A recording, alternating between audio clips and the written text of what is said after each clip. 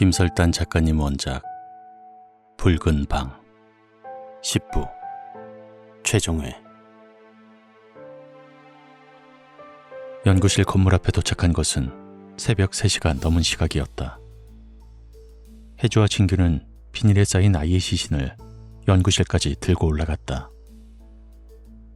아이의 시신에서 버섯의 성체를 채취한 진규는 자신이 개발한 약품으로 몇 번에 걸쳐 실험을 했다.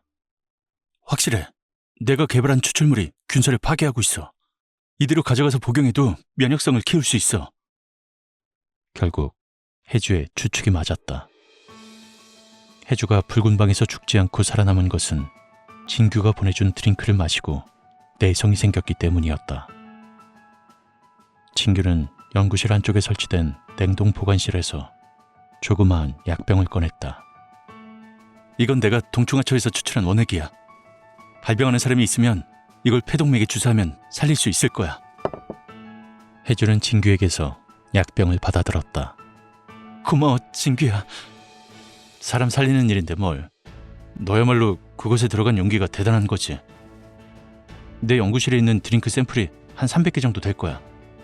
이거면 일단 급한 사람들에게 지급할 수 있을까? 응, 충분해. 좋아. 그럼 이걸 가지고 어서 출발해. 혜주는 아쉬웠다. 이런 상황만 아니었다면 진규와 좀 더 시간을 보낼 수도 있었을 텐데. 사태가 종료되는 대로 반드시 가장 먼저 진규를 찾아오리라 다짐했다. 참, 진규야.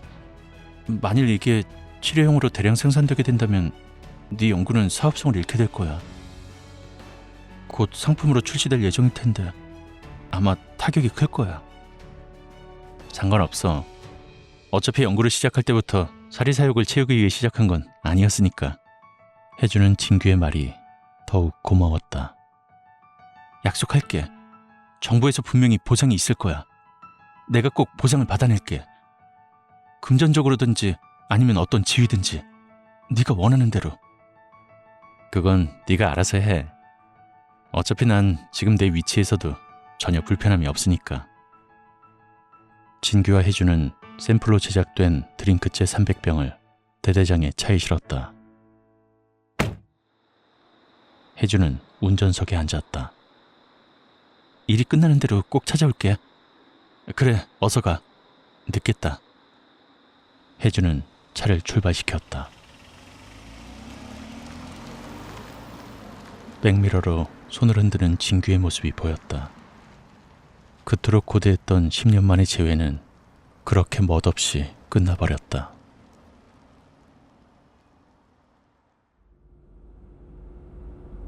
올 때와 마찬가지로 혜주는 해안도로를 질주했다. 빨리 가지 않으면 동이 튼다. 어차피 치료약을 구하는 데 성공했으므로 동이 터도 상관은 없다지만 대대장과의 약속을 지키고 싶었다. 붉은 방에 거의 다 도착했을 무렵 동쪽 하늘에서 여명이 비춰오기 시작했다. 혜주는 비밀 통로로 다시 들어가려던 계획을 수정했다. 혜주는 핸들을 틀어 처음 붉은 방으로 들어갔던 그 길로 차를 몰아갔다. 바리케이드가 쳐진 입구를 초병이 지키고 있었다. 초병은 대대장의 차 번호를 알아보는 듯 움찔했지만 이내 대대장이 차를 타고 들어올 리가 없다는 사실을 깨닫고 차를 향해 총을 겨누며 경계태세를 취했다. 혜주는 바리케이드 앞에서 차를 세웠다. 잔뜩 경계하는 눈빛으로 몇 걸음 다가오던 초병은 차에 탄 사람이 혜주라는 사실을 알고 소스라치게 놀랐다. 아니, 어떻게... 놀랄 것 없어요. 일단 바리케이드부터 치워줘요. 들어가야 하니까. 일단 상부에 보고하고... 초병은 너무 놀란 나머지 무엇을 해야 할지 몰라 머뭇거렸다. 중령님도 이미 알고 계세요. 걱정하지 마세요. 혜주는 뒷좌석에 놓여있는 드링크 한 병을 꺼내 창밖으로 내밀었다. 자, 받아요. 뭡니까? 치료약이요. 우리 모두를 살려줘요. 이걸 구하러 갔던 거예요. 초병은 영문도 모르고 병을 받아들었다. 살고 싶으면 얼른 마시는 게 좋을 거예요. 초병은 못 믿겠다는 듯 병을 그대로 들고는 무전으로 연락을 취했다. 그새 날은 서서히 밝아오고 있었다. 무전을 다 듣고 난 초병은 해주에게서 받은 병을 따서 급하게 꿀꺽 삼켰다. 그리고는 멋쩍은 듯 해주를 향해 씩 웃었다. 군인이었지만 아직 20대 초반의 남자아이일 뿐이었다. 그가 지금까지 이곳 붉은 방의 입구를 지키는 동안 얼마나 마음을 졸였을지, 치료약이 있다는 말을 듣는 순간 또 얼마나 반가웠을지 생각하자 초병의 웃음이 귀엽게만 느껴졌다. 초병은 차 앞에 놓인 바리케이드를 힘겹게 옮겨 치웠다. 해주는 차를 운전해서 붉은 방 안으로 들어갔다. 이제는 모두를 살릴 수 있다. 죽음의 마을이 된 붉은 방에도 희망의 햇살이 비추이는 순간이었다.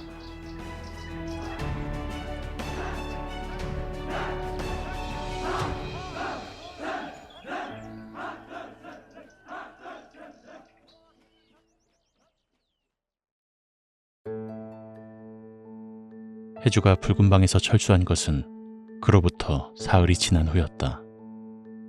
산골 마을은 다시 평온을 되찾았고 붉은 방에서 벌어진 모든 일들은 비밀 속으로 묻혔다. 과장을 비롯한 모든 희생자들의 가족들에게는 사망 소식이 전해졌다. 물론 잘 조작된 사고로 위장되었고 마땅한 보상도 주어졌다. 해주는 과장의 연결식에도 참석했다. 과장의 부인은 넋이 나간 표정이었다. 해주는 그녀의 손을 잡은 채 아무 말도 하지 못했다. 해주는 다시 일상으로 돌아왔고 병원에서의 생활은 전과 다름없었다. 한 가지 달라진 점은 수시로 정부 측과 긴밀한 연락을 유지한다는 것뿐. 오늘은 국무총리와 점심 약속이 되어 있었다. 5 붉은 손들 중에 살아남은 2, 대대장과 해주가 함께 참석하기로 되어 있었다. 보상에 관한 많은 이야기들이 오고 갈 것 같았다. 차가 막혀 약속 시간보다 10분 정도 늦게 총리의 집무실에 도착했다. 해주는 비서의 안내를 따라 총리실로 들어갔다. 그곳에서는 총리와 대대장이 해주를 기다리고 있었다. 둘은 볕이 내리쬐는 탁자에 앉아 유쾌하게 말을 주고받고 있었다. 붉은 방 사건 이후 대대장은 국무총리와 맞대면을 할 정도로 거물급이 되어버렸다. 죄송합니다. 제가 좀 늦었죠. 해주는 사과의 말을 앞세우며 문으로 들어섰다. 뭐 이쯤이야. 오기만 하면 된 거지. 대대장이 유쾌하게 대답하며 해주를 반겼다. 어서 오십시오, 김해주 씨. 총리 역시 해주를 웃는 얼굴로 반겼다. 일단 앉아요. 해주는 빈 의자에 앉았다. 이미 알고 있겠지만 오늘 2분과 점심 식사 자리를 마련한 것은 보상 문제 때문입니다.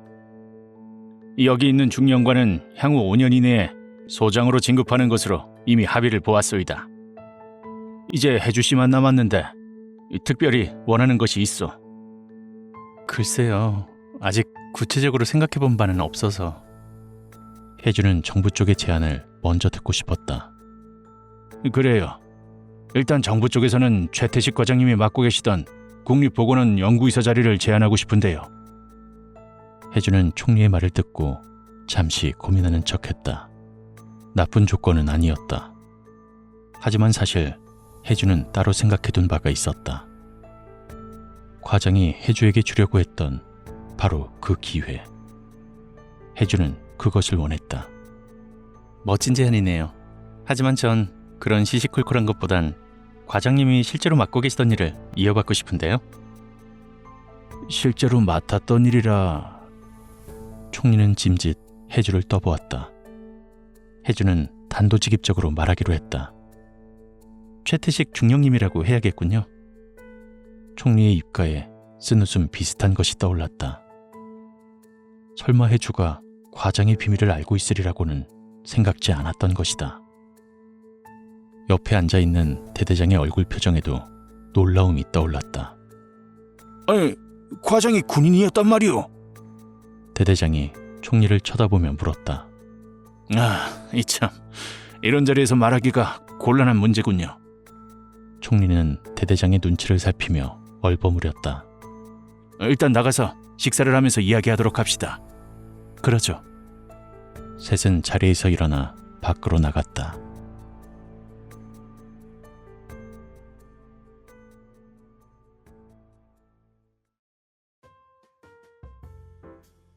혜주는 저녁 일찍 집으로 돌아왔다.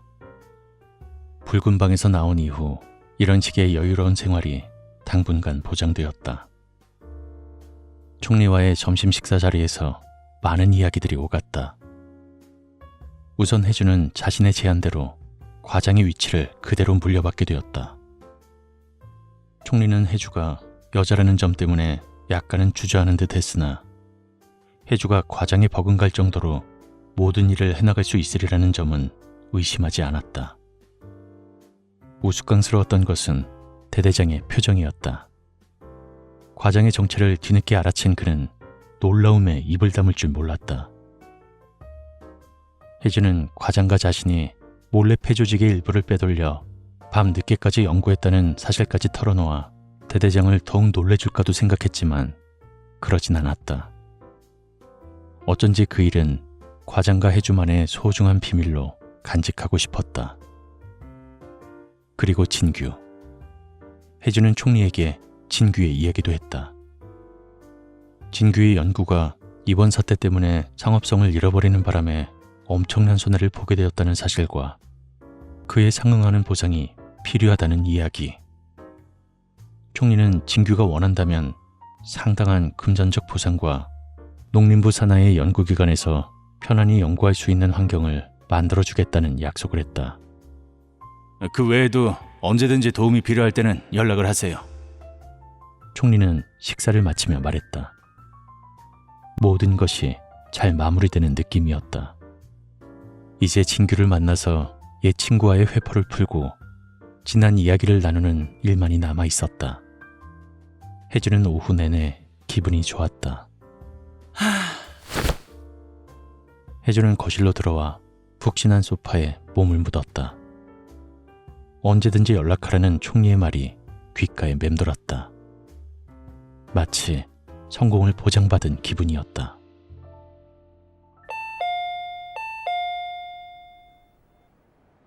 벨이 울린 것은 그때였다.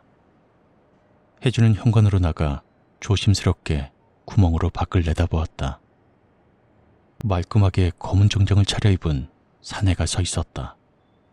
정부에서 나온 사람인가? 설마 또다시 제2의 붉은 방이 생긴 건 아니겠지? 혜주는 혼자 농담처럼 되뇌며 문 밖에 선 사람에게 물었다. 누구시죠? 김혜주 씨 댁인가요? 그런데요? 무슨 일이시죠? 저는 석진규 씨 변호사 되는 사람입니다. 진규의 변호사? 혜주는 자신의 귀를 의심했다. 진규가 보상을 타내기 위해 변호사라도 선임했단 말인가? 아니, 결코 그럴 리는 없었다. 혜주는 다시 한번 물었다. 무슨 일로 저를 찾아오신 거죠? 석진규 씨의 유언장을 집행하러 왔습니다. 혜주는 벌컥 문을 열어젖혔다. 유언장이라뇨? 그게 무슨 말이시죠? 진규가 죽기라도 했다는 말씀이신가요? 네. 변호사의 대답은 간단했다. 그는 자신의 안주머니에서 조그마한 봉투를 꺼냈다. 석진규 씨가 죽기 전 김희주 씨 앞으로 맡긴 편지입니다. 저는 이걸 전하러 왔습니다.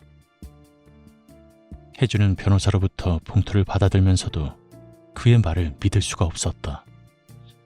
정말 진규가 죽었다고요? 네, 어제 낮에 연구실에서 죽은 채 발견되었습니다. 혜주의 눈에서는 그때서야 눈물이 주르르 흘렀다. 사인은 뭐죠? 혜주는 소매로 눈물을 닦으며 물었다. 폐경색입니다. 아무래도 과로가 원인인 것 같다고 그러더군요. 혜주는 그 말에 심장이 덜컥 내려앉는 느낌이 들었다. 혹시 또 다른 변종이 나타난 것이 아닐까? 김혜주 씨에게 남긴 것은 그 봉투가 전부입니다. 개봉은 직접 하시도록 되어 있습니다. 전 그만 가보겠습니다. 혜주는 돌아서서 가는 변호사의 뒤로 문을 닫았다. 봉투를 찢는 손이 떨렸다. 안에는 손으로 쓴 얇은 편지 한 장이 들어있었다. 혜주는 편지를 꺼내 읽기 시작했다. 혜주에게. 혜주야, 네가 이 편지를 읽을 때쯤엔 내가 이미 이 세상엔 없겠구나. 혹여 누군가 이 편지를 보게 될까 두려워 자세한 말을 여기에 적을 수는 없어. 다만 너에게 부탁할 게 있어. 너를 위해 마련한 선물도 있고. 내 연구실에 가서 문에서 3번째 줄에 있는 마룻바닥을 열어봐. 그 속에 너에게 줄 선물이 있어. 꼭 혼자만 열어봐. 될 수 있는 대로 빨리. 석진규. 편지를 다 읽은 혜주는 방으로 달려가서 각 대학의 전화번호가 적힌 편람을 열었다. 밀양대학교. 혜주는 전화기를 들었다. 여보세요? 밀양대학교죠? 예, 그런데요? 석진규 교수님 연구실을 혹시 지금 누가 쓰고 있나요? 아니요, 지금은 비어 있습니다. 전 석진규 교수님 친한 친구인데요. 그 연구실을 좀 볼 수 있을까요? 외부인에게 공개할 수는 없습니다. 네, 알겠습니다. 혜주는 그대로 전화를 끊고 총리실로 통하는 한 라인으로 다시 전화를 했다. 도움이 필요하면 언제든지 연락하라고 하셨죠? 지금 도움이 필요한 일이 생겼어요. 혜주가 경찰과 함께 진규의 연구실을 찾은 것은 자정 무렵이었다. 혜주가 기차로 밀양에 도착하는 몇 시간 사이 경찰의 지원과 법원에서 발부한 수색영장까지 모두 마련되었다. 혜주는 국가 권력의 힘을 다시 한번 느꼈다. 어제 돌아가신 양반 수사할 게 뭐가 있다고.